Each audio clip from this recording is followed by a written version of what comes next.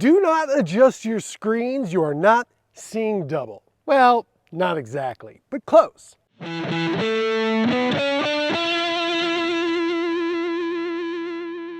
Welcome to another edition of Important, when American Cars and Racing expands our horizons to check out some of the most interesting new vehicles from around the world. And today, we've got a double feature for you, because not only are we looking at the new Toyota Land Cruiser, but also the new Lexus GX.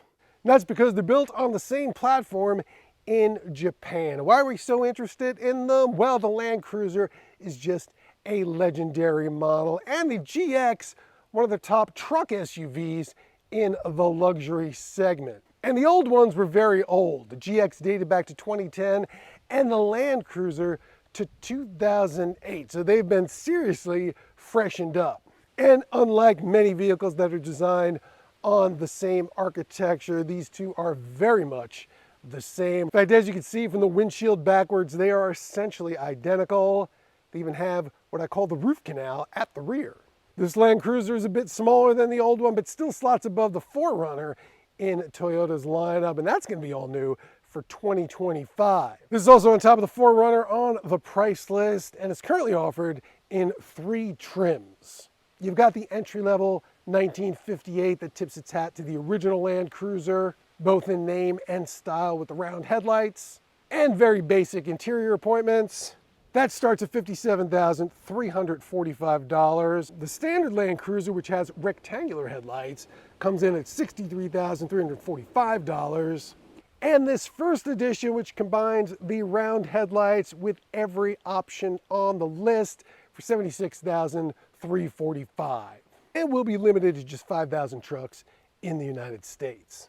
All Land Cruisers come powered by Toyota's iForce Max hybrid powertrain, which combines a turbocharged 2.4-liter 4-cylinder engine with electric motor, crank out 326 horsepower and 465 pound-feet of torque. They also have full-time 4-wheel drive systems with high and low ranges, plus locking center and rear differentials. Unlike the Land Cruiser, all of the GXs get the same basic look with this new take on Lexus's spindle grille and these pretty sinister looking headlights. Prices start at $64,250, but today we're going to focus on this model. It's the GX 550 Overtrail, which is the dedicated off-road capable model, and has a starting price of $69,250, while a loaded up Overtrail Plus that adds a lot of comfort and convenience features, but nothing mechanically different, is $77,250. And while there are GX models with 3 rows of seating for 7, the Overtrails only get 2 for 5. From the windshield back, this really does look just like the Land Cruiser, but what's under the skin is very different. GX comes powered by a 3.4-liter turbocharged V6 engine rated at 349 horsepower and 479 pound-feet of torque. And while there isn't a hybrid model available now, Lexus says there will be down the road, and that's probably going to be the same as the iForce Max engine you get in the Tundra, which has 437 horsepower and a pretty tremendous 583 pound-feet of torque. But there's no saying for sure just yet what the GX is gonna get. This also uses a unique drivetrain. Instead of an 8-speed automatic like the Land Cruiser, it uses a 10-speed, and it has a full-time all-wheel drive system that can be locked in 4x4 and a locking rear differential, plus a transfer case with high and low ranges. Among the off-road options you get on the first edition are a set of rigid LED fog lights, all-terrain tires on 18-inch wheels, sturdy rock rails, a big underbody skid plate that goes all the way down the middle of the truck, plenty of recovery points, and easily removable plastic fairings. But while the Overtrail gets a small metal bash plate, it also has plastic side steps instead of steel rock rails. The 18-inch wheels with all-terrain tires are a little fancier too. The tailgate glass opens old school, so you can put long items in or just stuff things in without having to open the tailgate so it doesn't all fall out. But if you do open the tailgate, you will find a pretty large compartment with one caveat. See the stack right here? That's the battery for the hybrid powertrain. They couldn't fit it under the truck. As a result, you lose a fair amount of potential cargo space, but perhaps more important, the Land Cruiser isn't available with a third row like the GX is. Nevertheless, since this vehicle was built for a third row, it still has vents back here and cup holders, so your cargo will be comfortable and hydrated. GX still has the opening rear window for the tailgate, and since it's not a hybrid, it doesn't have a battery pack in the cargo area, so the floor is lower, which gives you a couple more cubic feet of space. I really like what they've done with the interior. It's got a functional but stylish design. First edition has dual digital displays. This one's 12.3 inches. It's 8 inches in the 1958. But the other thing I really like about this is that you also get a nice row of buttons and toggles for the climate control system and another batch of physical controls for the drivetrain settings. The 1958 comes with cloth, the Land Cruiser Standard with synthetic upholstery, but the first edition gets leather upholstery, and these have to be among the most comfortable seats I've ever been in, truck or otherwise. They're even heated and cooled, and in the first edition, the cubby inside the armrest is a cool box, which I really appreciate today. You can also get the GX with the cool box, which is a $170 option, but this is all a bit different. You get a 14-inch touchscreen infotainment system. Instead of those nice physical controls down here, a lot of that moves onto the screen, although there are knobs for the temperature and the volume control, and buttons and knobs and switches for the drivetrain stuff.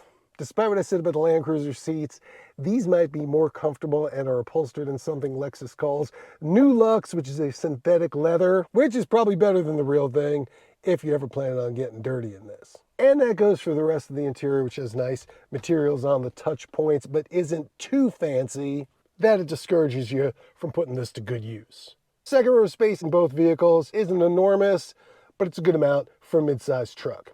Now, before we get dirty, just want to mention this rides really well on pavement. Suspension soft and cushy, definitely feels like a truck, but despite having a solid rear axle, the ride is not rough at all. Out on the road, these trucks feel nearly identical, and they both have a full suite of electronic driver aids, adaptive cruise control, lane keeping, automatic emergency everything. And you get the Lexus with a traffic jam assist that allows for hands-free operation below 25 miles an hour in stop-and-go traffic, like the school drop-off line, where I'm sure a lot of these will spend their time. So along with the locking differentials, the first edition has a front disconnecting sway bar and the multi-terrain select with several off-road traction and stability control programs. This also has a hill control that'll hold it at low speed when you're going downhill and works like a low-speed cruise control on flat terrain, so you can focus on obstacles instead of the gas pedal. The soft suspension is, of course, primarily for when you're out here, and this is appropriately limber. The power from the all-wheel drive system isn't overwhelming, but it's well matched to the truck, and its 23 miles per gallon fuel economy rating is quite good for something like this, and a lot better than the 14 miles per gallon the old Land Cruiser got. Not to mention the GX's 17 miles per gallon rating. First edition has a very good 31-degree approach angle. It's 30 in the 1958, just 26 in the GX. However, despite all the very serious off-road equipment this comes with, it only has 8.7 inches of ground clearance under that skid plate. So if you want to go any harder than this, you're probably going to want taller, better off-road tires, get yourself a little more grip and room under the truck. These both have very good visibility, these large side windows with the rear view mirror attached to the door to give you a little bit more space there to see through. And while the hood's pretty tall, those top corners help you place the vehicle. And in the case of the Overtrail and the Land Cruiser First Edition, you get a 360-degree camera system with a virtual transparent view of the vehicle to help you avoid obstacles, not to make you look like Wonder Woman.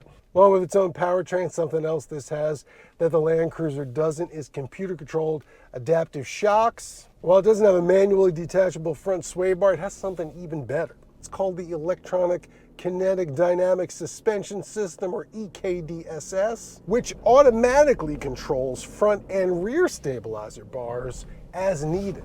So depending on how the four-wheel drive system's set up, what drive mode you're in, it can detach and attach them as required. And you definitely feel the change in articulation. Even though this has a lower approach angle, than the Land Cruiser. It's been surprisingly at what it can handle. Really thought I'd be scraping the front end on this stuff. And I'm pretty sure this terrain is more extreme than 90 or maybe even 95% of these trucks will ever see. Ground clearance in this is actually a little better than the Land Cruiser's 8.9 inches, but I'm guessing that's because it has less protection down there.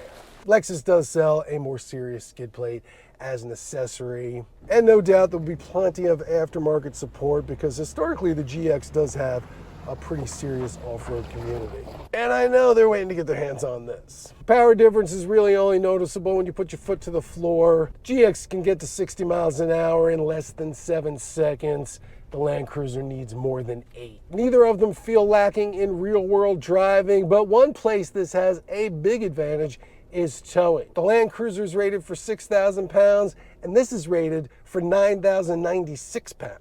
So what is the final verdict? Well, as I imagine was the plan all along, these two vehicles are different enough from each other that they both make a case for themselves. The Land Cruiser is more of a hardcore off-roader, but still plenty comfortable and full of tech, while the Lexus is even more comfortable, has the tech, and is still pretty serious off-road. If I had to break the tie, I think I would go with this one. I just think the look is a little more distinctive and actually works better with the rest of the vehicle than what they did with the Land Cruiser. Of course, if you want to make sure other people know what you're driving, stay in the rearview mirror or put them in yours.